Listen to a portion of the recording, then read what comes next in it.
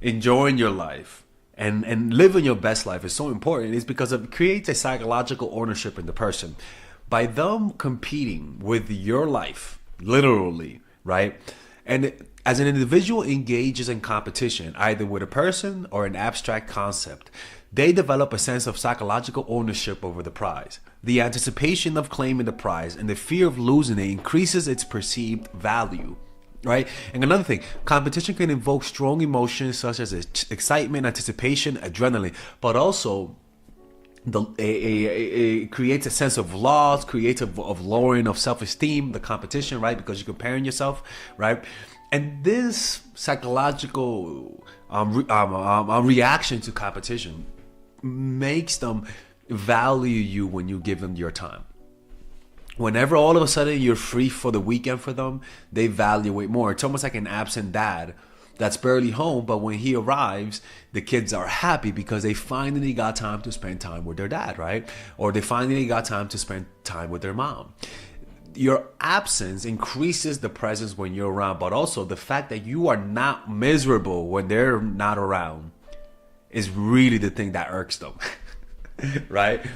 And so what they'll do is that they'll try hard when you're in person to imprint themselves in your mind, right? Now, look, obviously, I don't want you to completely have a different life when they're not around. That's not what I'm talking about, right? What I'm talking about is don't drop your friends. Don't drop your activities. Make the person, squeeze them in your life. Don't exclusively remove everything for them. No, squeeze them in. Too many people I know get into relationships and all of a sudden lose their sense of self. We call that relationship name, right? Relationship Melissa, relationship Tyrone, relationship John, relationship Will, right? Like we tend to almost like have a different names for our friend who drop all of their friends for the relationship. And what they will notice is that those relationships are not like those relationships, in my opinion, don't work out long term because removing all of the things that you did because now you want to spend time with this person is literally doing the opposite of what got them. Now, obviously, what made you get the person, you're not going to keep doing, right? Like, if you were on dating apps, you're not going to keep being on dating apps. That's not what I'm talking about. What I'm talking about is that we cannot create almost like a addiction like response to someone, which means when somebody gets addicted to crack, for example, they stop doing the things that they used to do. They stop playing basketball. They stop hanging out with their friends. They stop doing extracurricular activities. All they're doing is making money and doing drugs, right?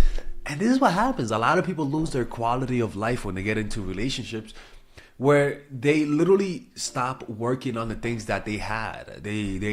Some of their friends get resentful because they feel like they're not needed in their lives. They stop doing the activities.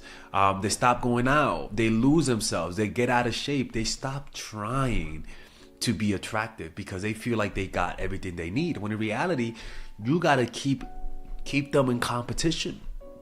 You gotta make them want you. You gotta make them need you. Right? And one of the laws of power is keep people dependent on you. And you cannot keep people dependent on you if you remove all of the things that made you happy in your life and just exclusively focusing on this person. People can sense that and it pushes them away. It's not a good feeling. If they like all of the attention that you give them, like where you dropped all of your friends and you stop going out and all you're doing is spending time with them, that's toxic. Anyone with a sense of boundaries will tell you, go get a life outside of me, right? That they'll tell you that because personally, I love it when the girls that I'm seeing have a life. God have mercy. I love that because I don't feel guilty when I'm not hanging out with you. That's another thing.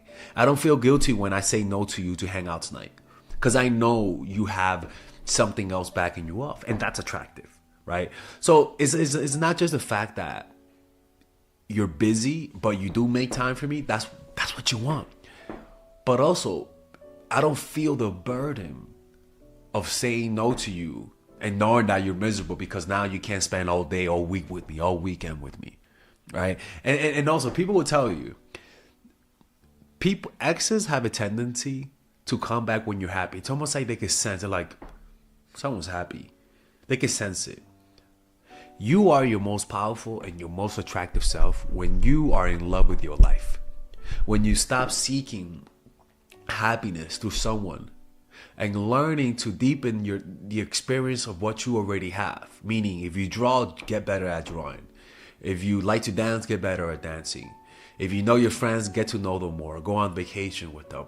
Deepen what you already have, your connection with the present moment, your connection with your job. Love every aspect of your life. And if somebody comes into you, they're going to sense that competition. There's this guy named Skip Bayless, and he says that he told his wife, which is fucking toxic, my job comes first and you're second forever. I'm like, goddamn, girl, you better run away. But that's actually a funny thing, because say that to someone, and psychologically, if you're on the receiving end of that, you're going to feel a sense of competition. You're going to feel, and when they don't give you enough time, you're going to resent their job. Not resent them, but resent their job. And this creates almost like a jealousy. Like, I'm not good enough to win you over. I'm not good enough for you to drop your job for me. That's what people think. And guys will tell you that, because this happens with guys, that when a guy meets a woman and he has a perfect life, and he starts giving all of the attention to her, so he stops working out, he stops doing the activities he used to do before. And what they tell you is that as soon as they start giving all their time to their new partner gets turned off and walks away and leaves. It's not about not being vulnerable, but understanding competition. People need to feel some resistance. People need to feel like there's something else that you might value more than them, so that they can stay motivated. And having a great life that you love and you enjoy is a competition to some people. I'm telling you, man. I'm telling you. Because they'll just feel like jealous. Like, why am I not good enough for you to drop all of those activities for me? People really just say that. Why? Like, am I not good enough that you don't text me all the time? Or you get what I'm saying? They'll be like, oh, why can't you just take some time off of work and just respond to me? This type of friction, yes, it is conflict. But this is the type of conflict that people generally deal with. Because you resent that, but you know that's part of life. You know, and anytime somebody wants you to do less of the things that you love in your life, that's a red flag also. That's why living your best life and setting goals and achieving your goals to live your best life is truly something that insulates you from bullshit. It reveals the toxic people, but it also increases your aura. It makes you. So many people, when they know that you made them the center of your life, will literally become monsters. When they know that you have no life, when they know that you not completely depend on them, a lot of people switch up. For example, it's like a guy who is dating a girl, like, because this happens a lot, and as soon as they have a kid with her, she just turns into a fucking monster. The reason why that is because now she knows you can't escape. Now she knows. This is not all women, by the way. Guys, relax the fuck down, guys. This is not all women. That's just an example. And this happens with guys too. Is that some guys will tell their women to quit their job, stop hanging out with their friends, and as soon as they completely stop doing all the things that they enjoyed, the guy starts acting nasty, toxic, right? And they start acting completely different.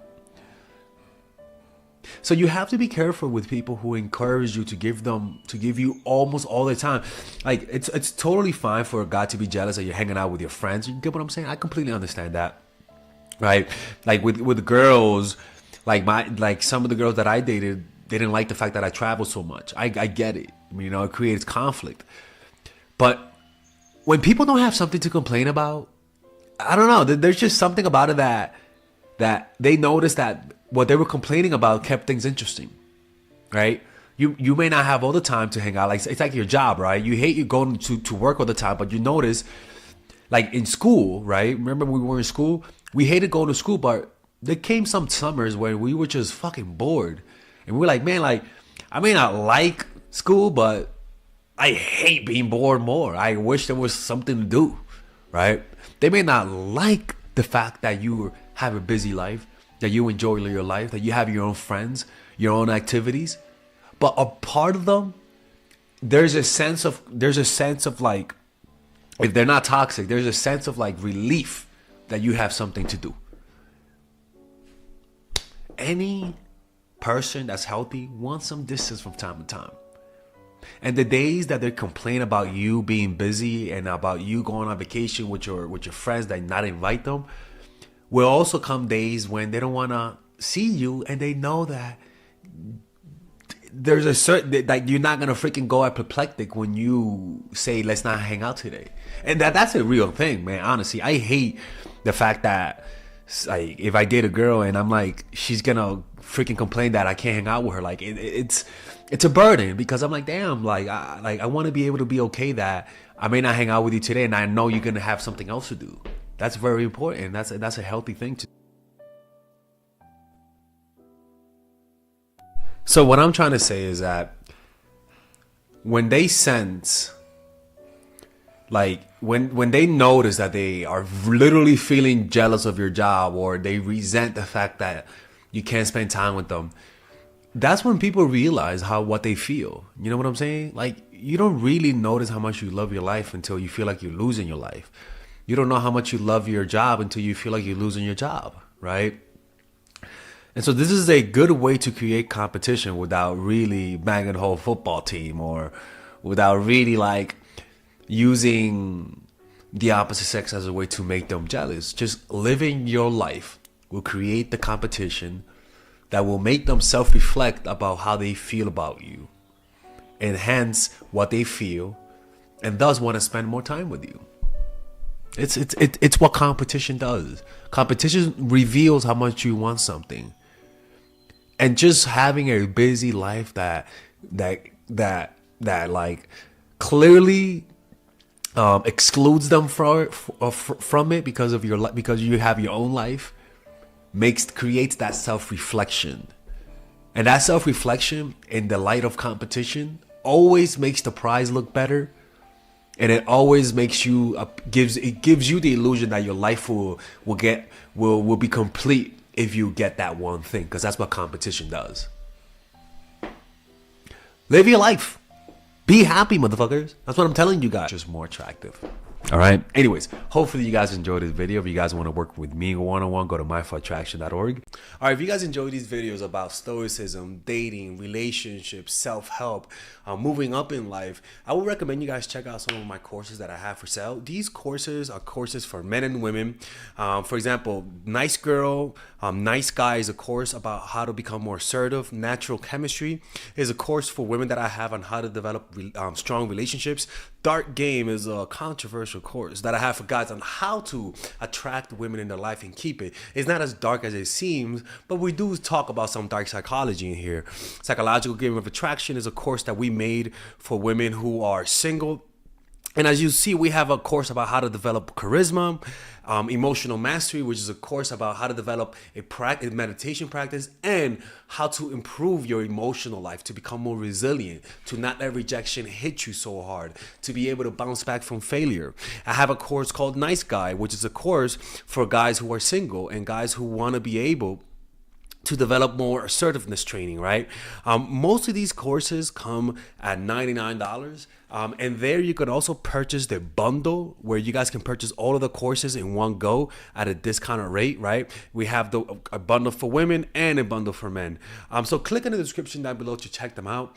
You can browse around and see the courses that you like. And if you don't like them, you guys can ask for a 30-day money-back guarantee, and I'll give you guys the money back, okay? And in fact, we actually have a new one for women right now we're developing. It's called The Feminine Woman.